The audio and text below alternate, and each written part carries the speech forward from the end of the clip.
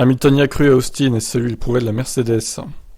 C'était incroyable d'être à portée de tir de Max pendant quelques moments de la course. Nous ne savions pas vraiment à quoi ressemblerait notre rythme. Je pense que dans le premier relais, il contrôlait le rythme et c'était très difficile de le suivre.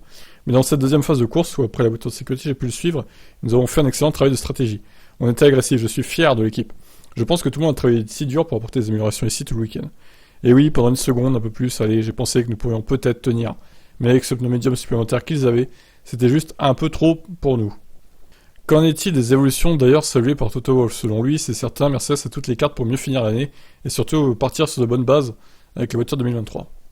Alors, oui et non, parce que j'ai envie de dire, s'ils changent totalement de concept, comme les rumeurs le disent, ils vont pas repartir de zéro tout à fait, mais il va falloir tout réapprendre avec le nouveau concept, et moi ça me fait un peu peur. Donc est-ce qu'il faudrait pas mieux garder ce concept-là et essayer de l'améliorer encore et encore et encore?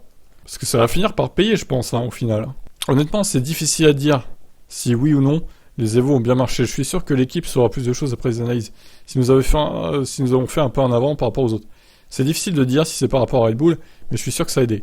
Juste parce que vous allez sur différents circuits, parfois il est difficile de vraiment ressentir exactement les progrès. Mais je pense que nous avons fait un bon pas dans la bonne direction. Nous avons toujours le même souci, Red Bull est trop rapide en ligne droite. Avec le DRS, ils sont 35 km/h plus rapides que nous. Dans la situation inverse, on prenait que 22 km/h derrière eux. Oh la vache. Ah ouais, quand même. Même sans DRS, je pense qu'ils ont encore quelque chose comme 8 km/h d'avance sur nous. Donc nous avons perdu beaucoup de temps dans la ligne droite, probablement 4 dixièmes au moins par tour. Nous avons donc quelques améliorations à apporter pour la voiture de l'année prochaine. Ouais, mais alors imaginez si Mercedes avait la même VMAX que Red Bull, il serait devant en fait. Il serait meilleur dans les virages. C'est pour ça que dans le secteur 1 à Hamilton, il était souvent devant Verstappen d'ailleurs. Par contre, secteur 2, un carnage quoi. Ce que je retiendrai d'aujourd'hui, c'est que nous avions un bon rythme, je suis toujours là et je sais que quand ils construiront la voiture qui ira bien, je l'amènerai au sommet. Nous devons juste continuer à travailler. Peut-il aussi expliquer le souci de frein qui s'est déclenché avant le début de course sur la grille de départ? Ça, c'est pas très rassurant. Oui, eh bien, nous avons eu des problèmes de frein toute l'année. Lorsque vous appuyez sur le frein, au lieu que les deux disques avant fassent la même quantité de travail, celui de gauche en fait plus, ou alors celui de droite en fait plus. Ça se voit sur les températures. Ça, c'est pas top, effectivement. On a eu d'énormes différences de température, qui étaient essentiellement du côté gauche, qui ne fonctionnaient pas vraiment. Ils ont donc dû changer les freins sur la grille.